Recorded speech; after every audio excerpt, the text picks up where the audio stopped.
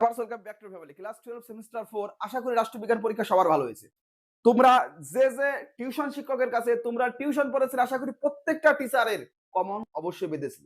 তারপরও আমাদের উপরে যারা বিশ্বাস করেছিলে, আমাদের সাজেশন যারা ফলো করেছো, তাদেরও কিন্তু 40 মার্কের ভিতরে 40 মার্কই বেঁধেছে।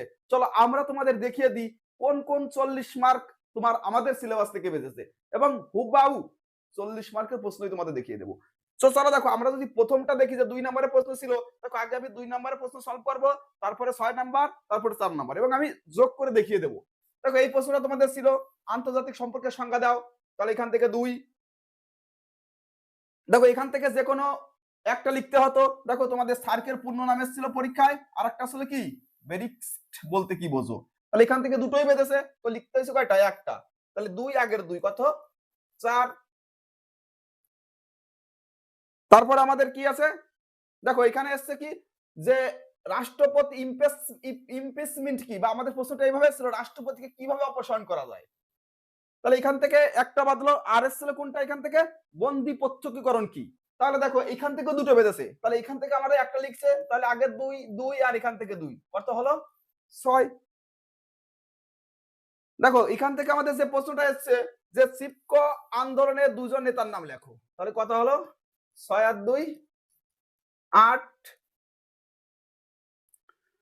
এবং এখান থেকে এসছে কোনটা? গ্রাম সভা বলতে কি বোঝো? 8 আর 2 কত? 10। তাহলে 2 নম্বরে সম্পূর্ণ 10 নাম্বার তোমরা দেখতে পেলে, অর্থাৎ 2 মার্কের যে 10 নম্বরের আমাদের সাজেশন দেয়া ছিল সেখান থেকে কিন্তু সম্পূর্ণ বেঁধেছে।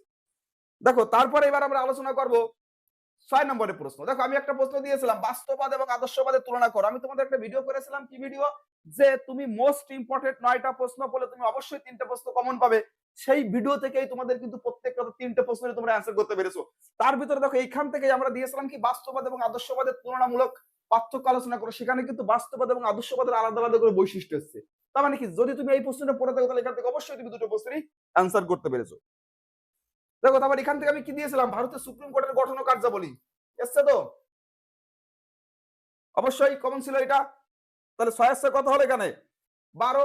তো দেখো এখানে আরেকটা স্লাইড আমাদের স্ক্রিনশটে নেওয়া সমস্যার কারণে সেটা দিতে পারিনি। দেখো মনে করে দেখো 2 নম্বরের অর্থাৎ 6 মার্কের যে ইম্পর্টেন্ট ভিডিও 2 নম্বরের প্রশ্ন ছিল, তার উপরে ছিল কি বিশ্বায়নের সংজ্ঞা এবং নিচে ছিল বিশ্বায়নের বৈশিষ্ট্য।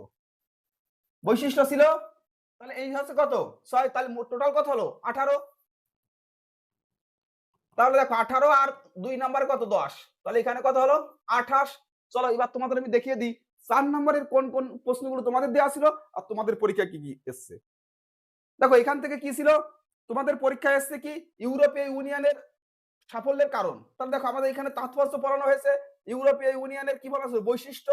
তার মানে কি এই দুটো থেকে আমরা ওই প্রশ্নটা খুব সুন্দর করে কি করতে পেরেছি? অবশ্যই লিখতে পেরেছি। আরেকটা ছিল কি আসিয়ান কি তার ভূমিকা কার্যাবলী এসছে কি উদ্দেশ্য। তারপরে ভূমিকার কার্যাবলীর ভিতরেই তো আমাদের রয়েছে। তার মানে এখান থেকে দুটো কমন ছিল। তাহলে চলো এখান থেকে একটা লিখতে হয়েছে 4। এখানে কি আছে? এখানে তো দুটোই কমন ছিল, 1 আর 3 দুটোই পেতেছে। তার মানে এখান থেকে একটা লিখেছে 4 এর কত? 8। এবং এখান থেকে দেখো 1 নম্বরের প্রশ্নটাই চলে এসেছে পরীক্ষায়, তাহলে 8 আর কত? 12।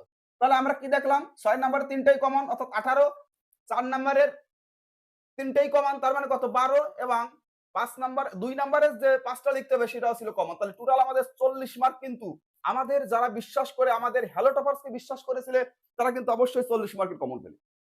দেখো যাদের রাষ্ট্রবিজ্ঞান পরীক্ষা ভালো হয়েছে তারা অবশ্যই কমেন্টে জানাবে। আর অনেকের কালকে কি পরীক্ষা? ইতিহাস পরীক্ষা। ইতিহাস পরীক্ষার মাধ্যমে কিন্তু অনেকের পরীক্ষা শেষ এবং যাদের জিওগ্রাফি আছে তাদের জিওগ্রাফি দিয়েই শেষ। তো চলো আমাদের সাথে যারা এতদিন লেগেছিলে, যারা হ্যালো টপার্সের সাথে যুক্ত হয়েছিলে, দেখো তোমাদের জন্যই কিন্তু আজ হ্যালো টপার্স প্রথম বছরেই অর্থাৎ 2 মাস থেকে 2.5 মাস বয়স আমাদের এই চ্যানেলের, তোমাদের জন্যই আমাদের হ্যালো টপার্স আজ ধীরে ধীরে ধীরে বেড়ে চলছে। তোমাদের অবদানের কথা বা তোমাদের এই পরিবারের কথা আমরা কোনোদিনও ভুলতে পারবো না। তোমরা আমাদের সাথে থেকো, অর্থাৎ এরপরে তোমরা তোমাদের জীবনের বড় বড় যুদ্ধে নামবে, যেখানেই থাকো না কেন হ্যালো টপার্সকে অবশ্যই তোমরা স্মরণ রেখো। এবং ইতিহাসের যে ভিডিও লাস্ট মিনিট ভিডিও সেটা অলরেডি পোস্ট হয়ে গেছে এবং কিছু ইম্পর্টেন্ট প্রশ্ন নিয়ে আমরা এরপরে আলোচনা করব। যদি তোমার ভালো লাগে সে ভিডিওগুলো দেখতে পারবো। হ্যাঁ একটা কথা বলি যে ভিডিওটা তুলনামূলকভাবে কম দেখে যে সমস্ত টিউশন দাদারা যে সমস্ত প্রশ্নগুলো তোমাদের কমন দিয়েছে সেই প্রশ্নগুলো একটু বেশি করে পড়ো। যে প্রশ্নটা তুলনামূলকভাবে জানা নেই সেই ভিডিওগুলো একবার একটু ভিডিও মাধ্যমে দেখে নাও। ইতিহাসের প্লে লিস্টে প্রত্যেকটা ভিডিও পরপর দেওয়া আছে, তুমি সেখান থেকে 5 মিনিট 7 মিনিট যদি তোমার কোনো প্রশ্ন সমস্যা থাকে ব্যয় করে সেই প্রশ্নটা মুখস্থ করে নাও এবং আশা করি তোমার ইতিহাস পরীক্ষা ভালো হবে। ধন্যবাদ।